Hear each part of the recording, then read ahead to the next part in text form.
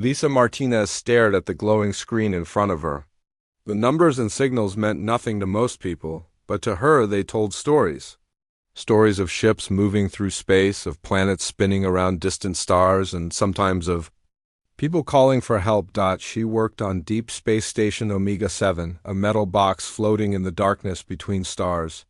Her job was to listen. Listen to the radio waves that traveled across the galaxy, carrying messages from one world to another. Most of the time, she heard nothing but static and the usual chatter from trade ships. But today was different. The signal came in weak and broken, like someone shouting through a storm. Lisa adjusted her equipment, trying to make the words clearer. What she heard made her heart race. Double quotes, please. Anyone? Help us. Coming. Dotting. The voice was not human. It spoke in galactic standard, the language most alien species used to talk to each other. But the words were wrong, mixed up like someone learning to speak for the first time. Lieutenant Commander Harrison, Lisa called out to her boss. You need to hear this.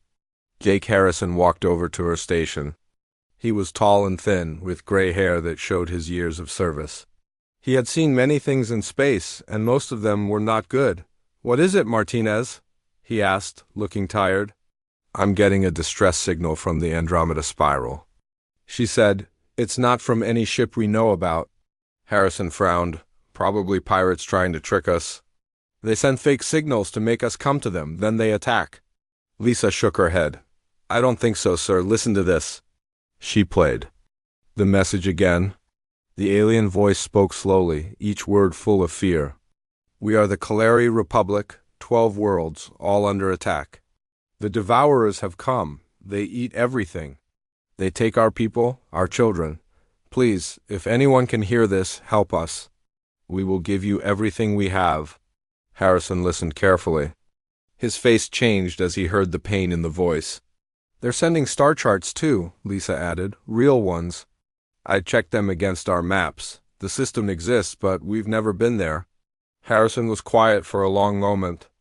In his years in space, he had learned to tell the difference between lies and truth. This sounded like truth. Send it to Terra Command, he said finally. Let them decide what to do.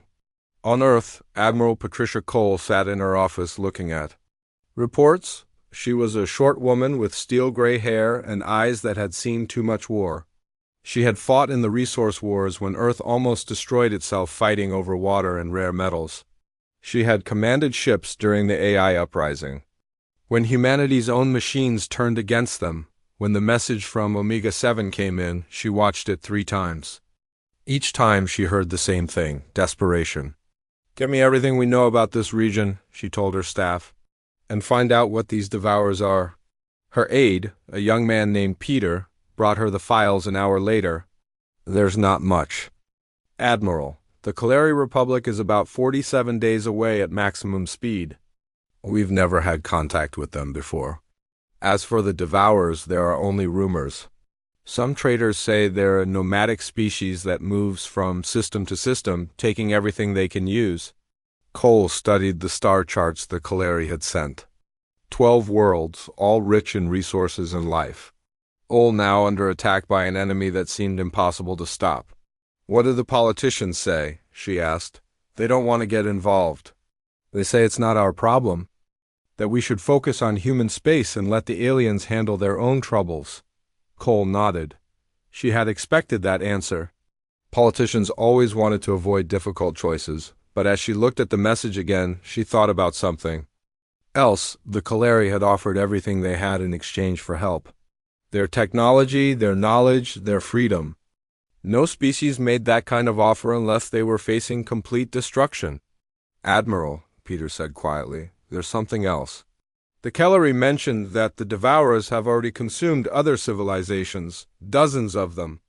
If that's true. Call finished the thought.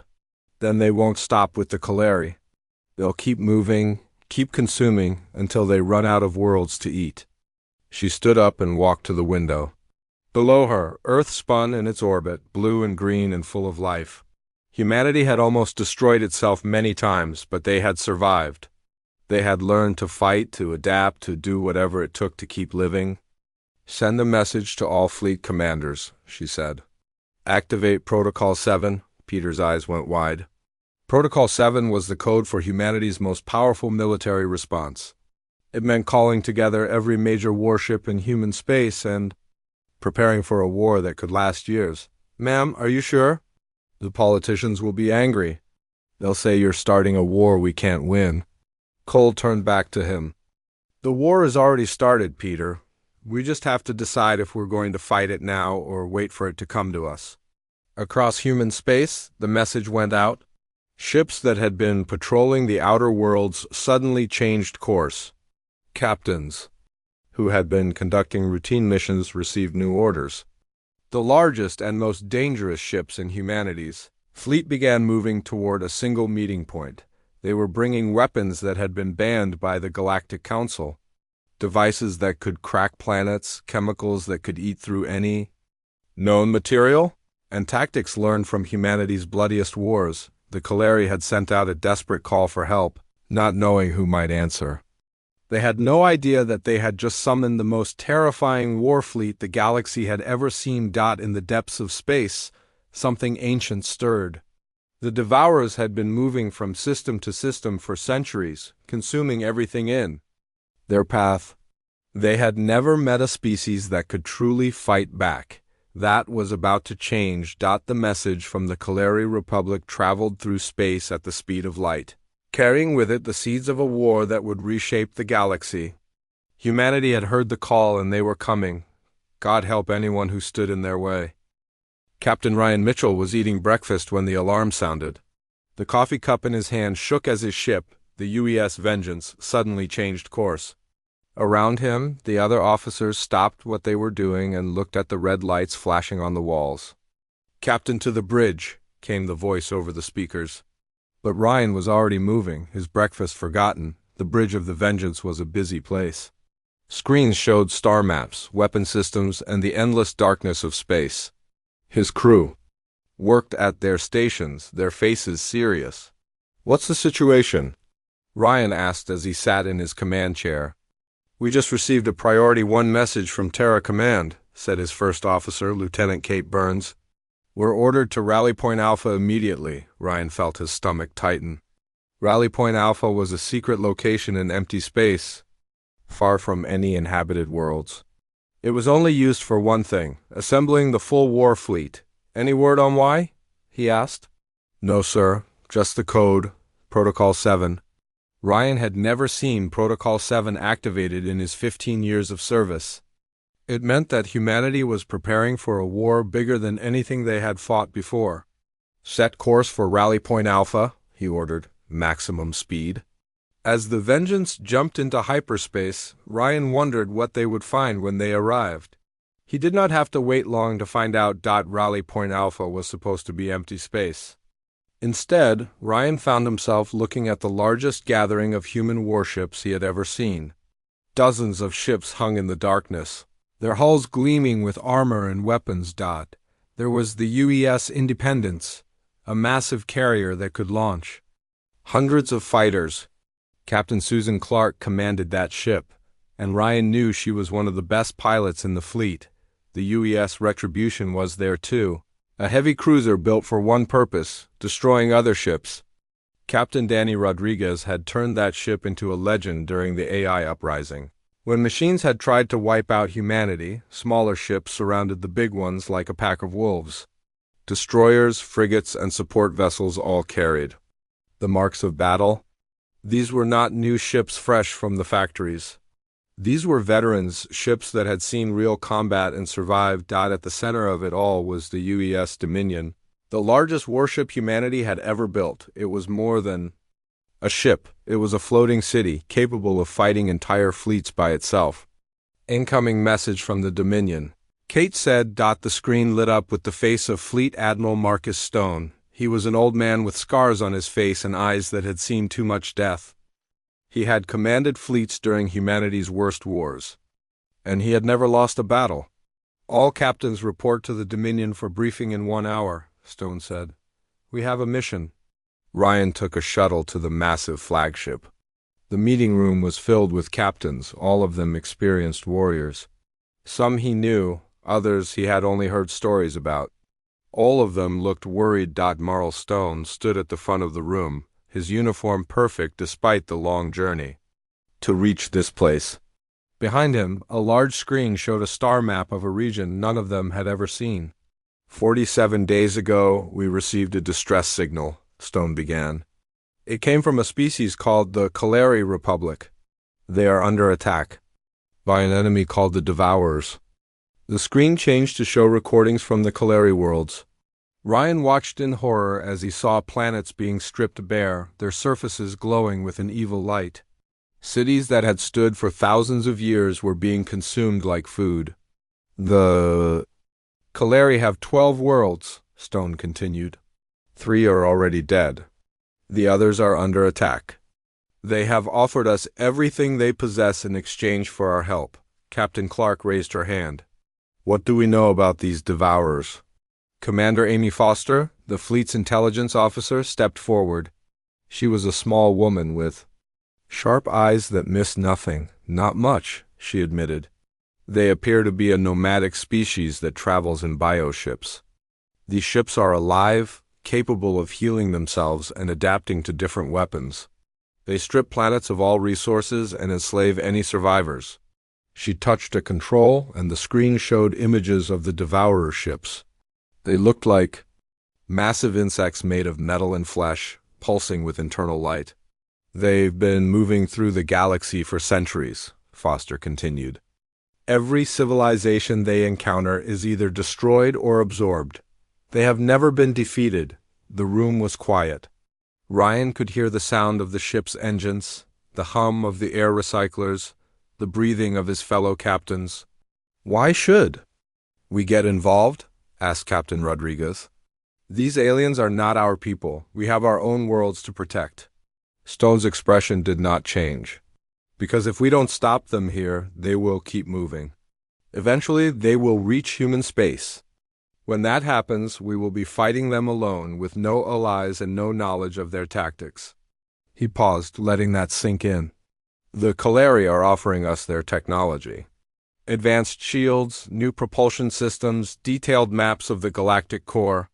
More importantly, they are offering us the chance to study our enemy before we have to fight them on our own doorstep.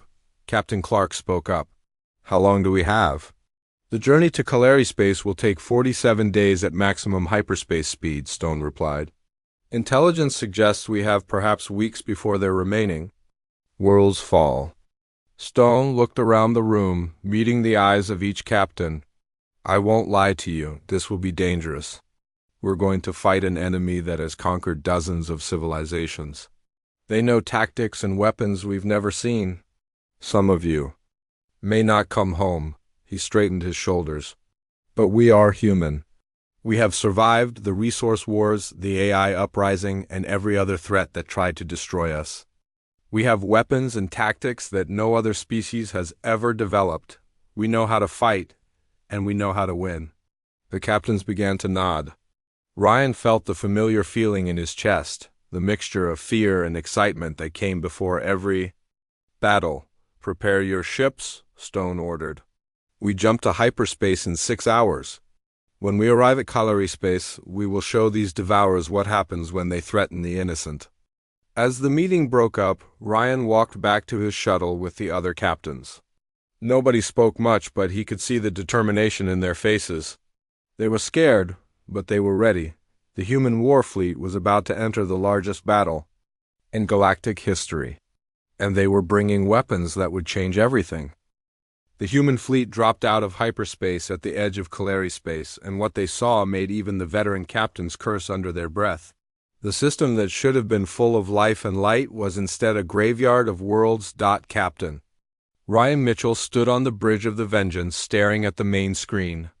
3 planets hung in space like burned-out coals, their surfaces stripped bare and glowing with a sickly green light. Where once there had been cities and forests, now there was only smooth, empty rock. My God, whispered Lieutenant Kate Burns. What did they do to them? They ate them, said Commander Amy Foster over the communication channel. Her voice was cold and professional, but Ryan could hear the anger underneath. The Devourers consumed everything: plants, animals, even the atmosphere. Those worlds are completely dead. Admiral Stone's voice came through the speakers. All ships maintain formation. We're picking up massive energy signatures near the fourth planet. Ryan looked at his sensor displays. Kaleri Prime, the heart of the alien republic, was under direct attack. Around it, he could see the Devourer fleet in all its terrible glory. The enemy ships were unlike anything in human military databases. They were huge, each one larger than humanity's biggest vessels. But they were not made of metal and ceramics like human ships. Instead, they pulsed with organic life, their hulls covered in what looked like living armor. Veins of light ran along their surfaces, and they moved through space with the grace of swimming creatures. "Count them," Stone ordered. 50 major vessels, reported the sensor operator, plus hundreds of smaller craft. The bioships are releasing swarms of fighters. Ryan watched as clouds of small ships poured out of the larger vessels. They moved like insects, darting and weaving in perfect coordination. Each one was the size of a human fighter, but they seemed to be alive, their movements too fluid for any machine. "Incoming transmission," Kate announced. "It's from the planet." The screen flickered, and suddenly they were looking at an alien face. The creature was tall and graceful, with fur that shimmered like silver and large eyes that held both intelligence and deep sadness. Most striking were the crystalline antlers that grew from its head, glowing with a soft blue light. "I am High Counselor Zethara of the Kaleri Republic," the alien said. Her voice was musical, even through the static of the damaged transmission. "You came. I did not dare hope that our message would reach anyone in time."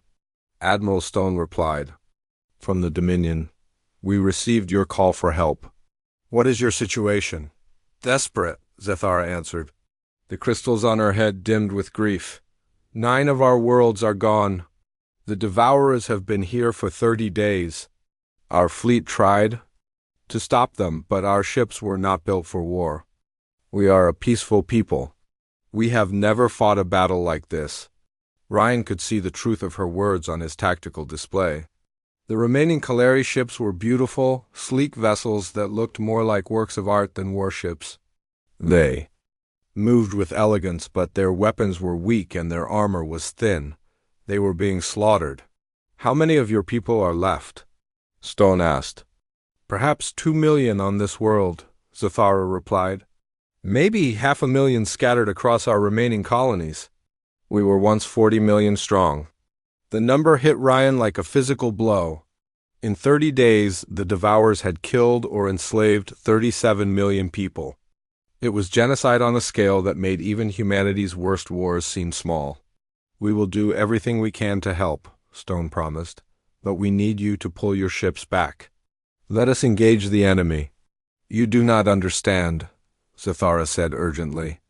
"The Devourers are not like other species. They learn from every battle.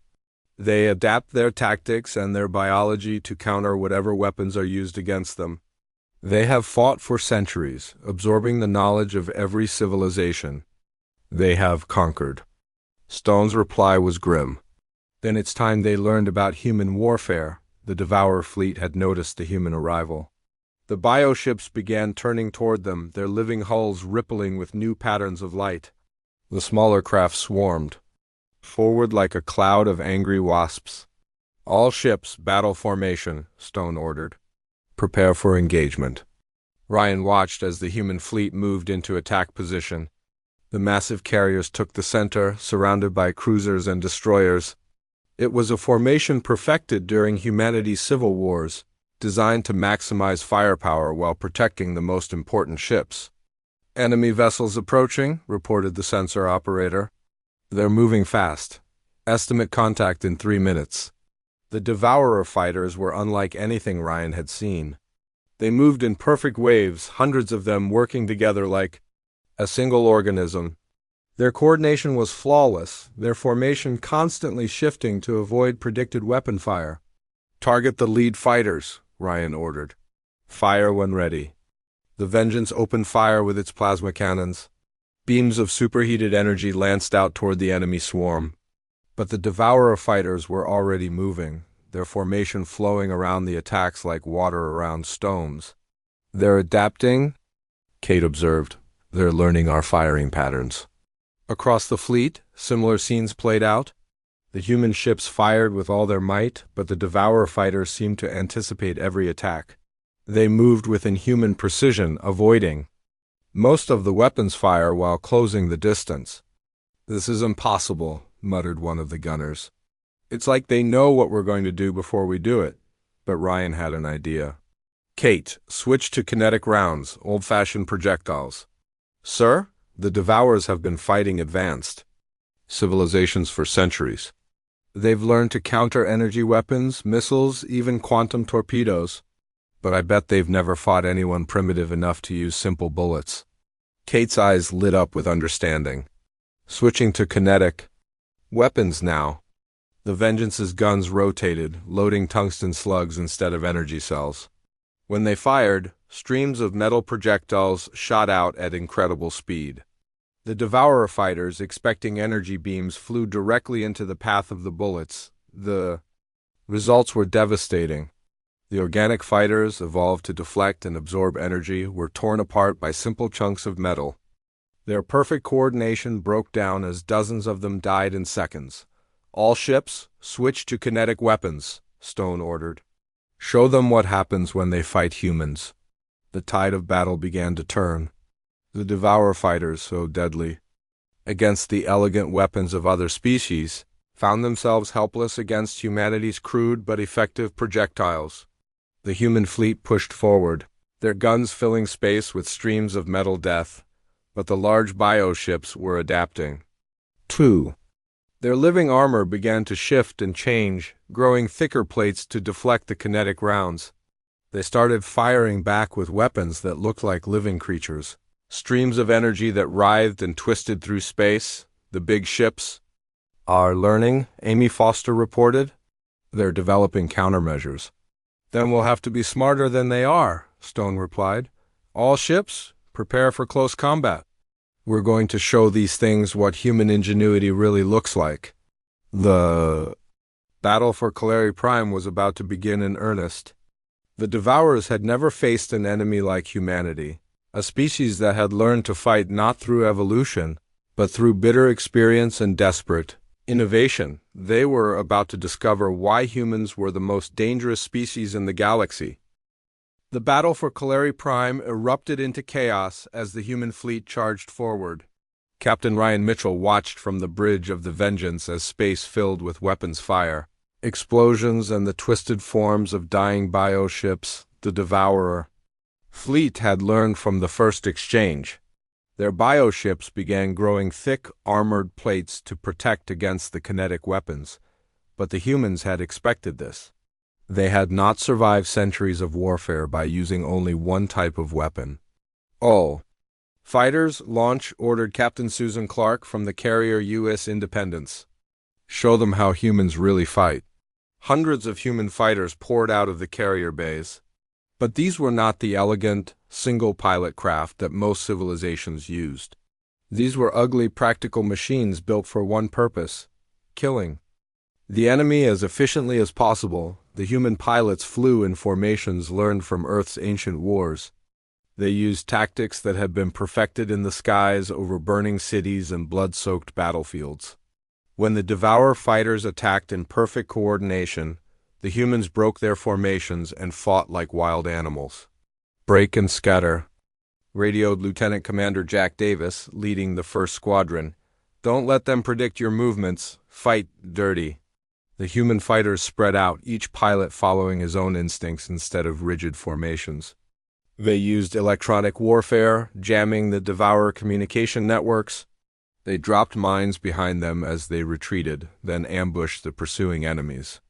They fought with a chaos that the highly organized Devourers could not understand. Meanwhile, the larger ships engaged in brutal close combat. Captain Danny Rodriguez led the UES Retribution straight at the biggest bioship, a massive creature that pulsed with veins of red light. "All weapons, target their neural networks," Rodriguez ordered. Don't try to punch through the armor. Cut off their brain. The Retribution's guns opened fire, but not at the bioship's thick hull. Instead, they aimed at the glowing veins that ran along its surface. Each beam of energy severed the connections that allowed the creature to think and move. The bioship began to convulse, its movements becoming erratic. It fired wildly, hitting its own allies as often as the humans. Finally, it curled up like a dying insect and went dark. "Target destroyed," Rodriguez reported, moving to the next one. But the Devourers were adapting again. The remaining bioships began growing backup neural networks, making themselves harder to cripple. They also started using new tactics, surrounding individual human ships and attacking from all sides. The UES Vengeance found itself trapped between 3 bioships, each one larger than Ryan's cruiser. Energy beams lashed out from all directions, and the ship's shields began to fail. "We're taking heavy damage," reported Lieutenant Kate Burns. "Shields down to 30%. Ryan made a decision that would have horrified any other species in the galaxy, ramming speed. "Take us straight at the biggest one." "Sir?" Kate stared at him in shock. "You heard me." "Full power to the engines. We're going to ram them." The Vengeance accelerated directly at the largest bioship. The alien vessel tried to move away, but human ships were built for speed as well as firepower. At the last second, Ryan ordered his ship to fire all weapons at point-blank range. The bioship's living armor meant nothing against weapons fired from inside its defensive perimeter.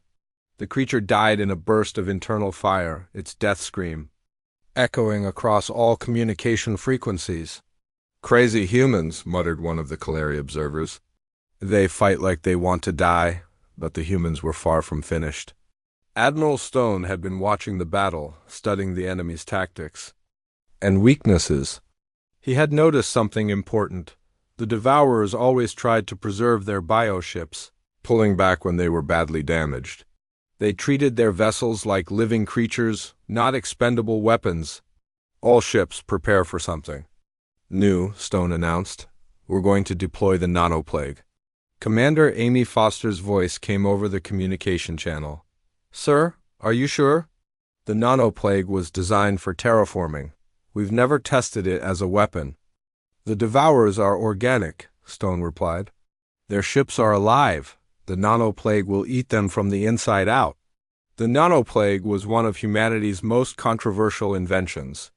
Originally created to break down organic matter during terraforming operations, it had been quickly recognized as a potential weapon.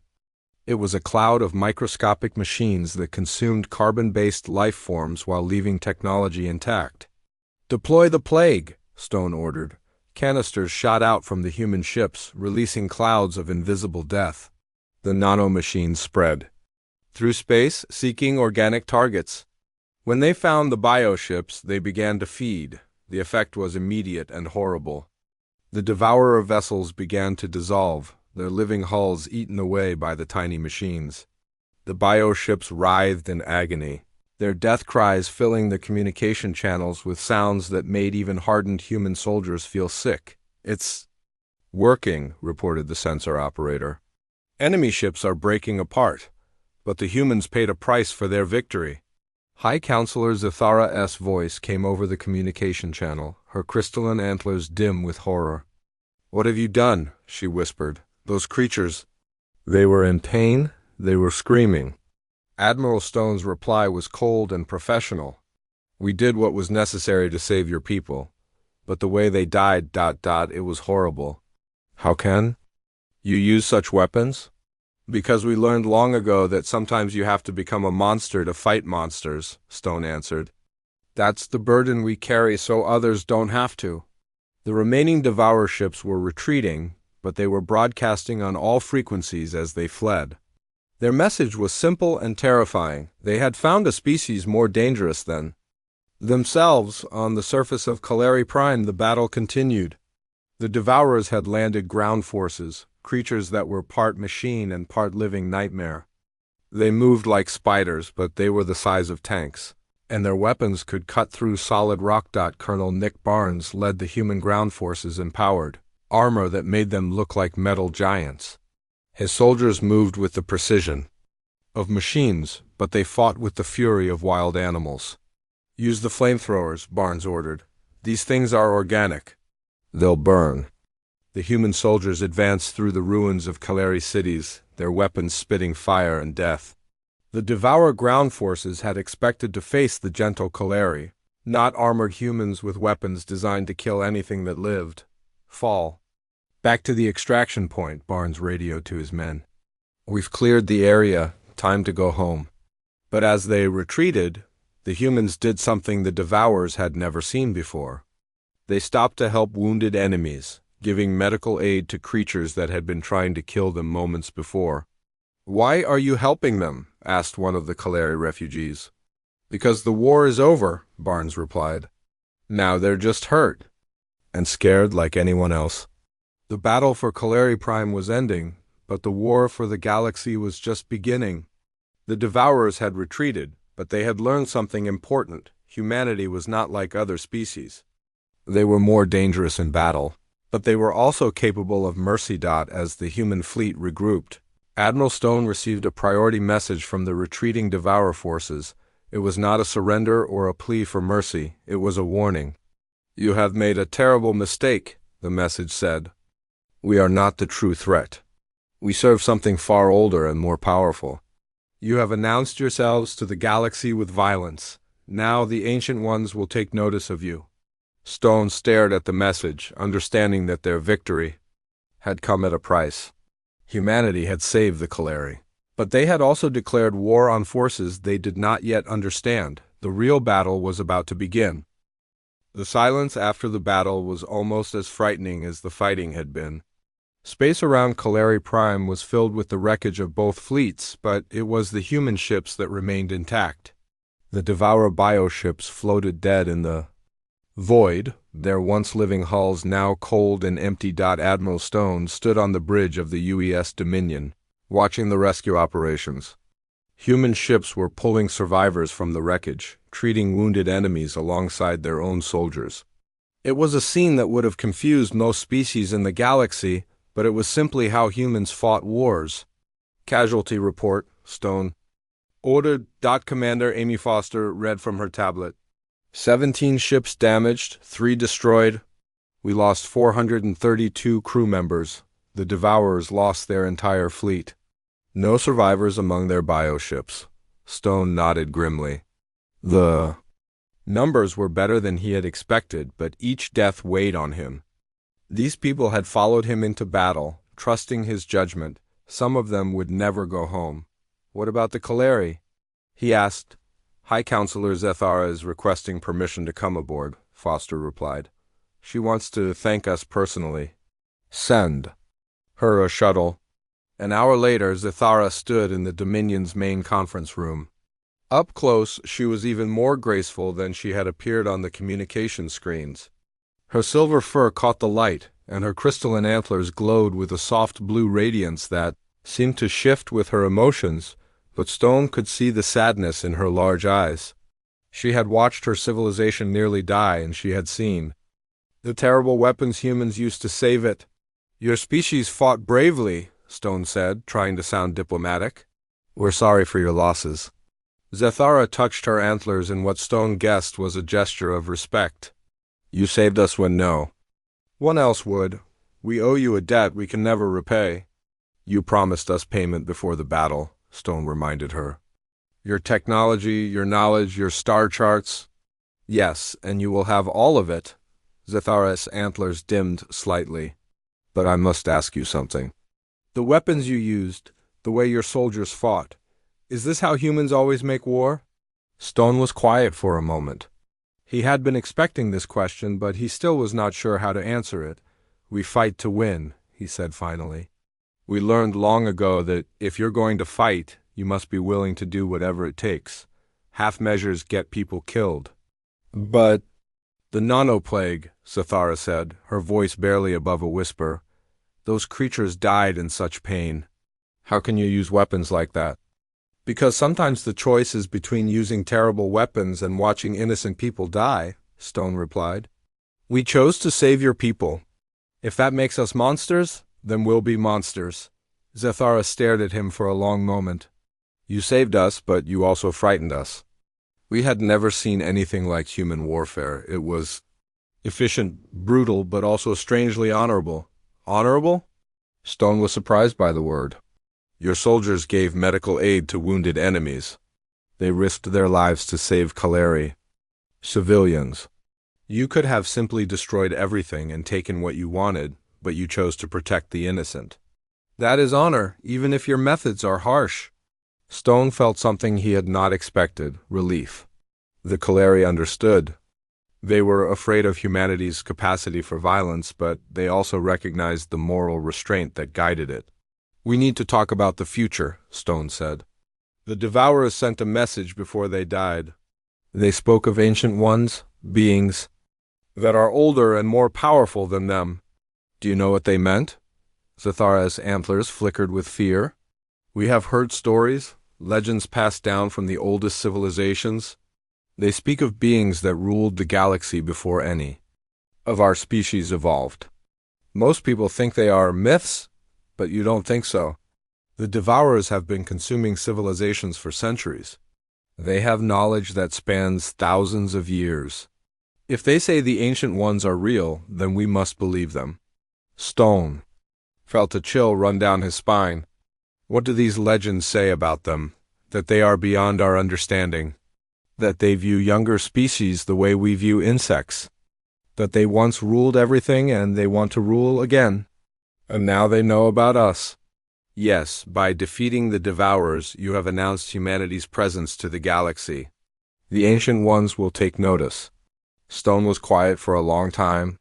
He had come here to save the Kaleri, but he may have doomed his own species instead. There is something else, Zethara said. We want to make a formal request. The Kaleri Republic wishes to petition for membership in the Galactic Council, and we want to propose that humanity be invited to join as well. Why? Because the galaxy needs protectors. Most species are peaceful, like us. We build beautiful things and explore the stars, but we cannot fight wars. The Devourers prove that. If there are other threats out there, we need someone who can stand against them. Stone shook his head. The Galactic Council wouldn't want us. We're too violent, too unpredictable. They'd see us as a threat. Perhaps. But after what happened here, they will also see you as necessary. The universe is not a safe place. Sometimes it takes monsters to fight monsters. As Zethara left the ship, Stone walked to the observation deck. Through the thick, transparent aluminum, he could see the stars of the Kaleri system. Some of those worlds were dead now, consumed by the Devourers. Others were slowly rebuilding, their people working to create new lives from the ruins of the old. Captain Ryan Mitchell joined him at the window. What are you thinking, sir? I'm thinking we may have just started a war we can't win, Stone replied. The Devourers were just the beginning. There are older, more dangerous things out there. Then we'll face them when they come, Ryan said simply. That's what we do, Stone smiled grimly. Yes, that's what we do. Across the galaxy, the news of the battle spread. Species that had never heard of humanity suddenly knew their name. Some were grateful, seeing the humans as liberators. Others were afraid, viewing them as a new threat to galactic peace. In the depths of space, ancient minds stirred. The Ancient Ones had been sleeping for millions of years, waiting for the right moment to reclaim their empire. The emergence of humanity had awakened them from their slumber. They began to make plans. The human fleet prepared for the long journey home, carrying with them the knowledge that they had saved one species but attracted the attention of something far worse. The SOS that had summoned them to Kaleri space had been more than a cry for help.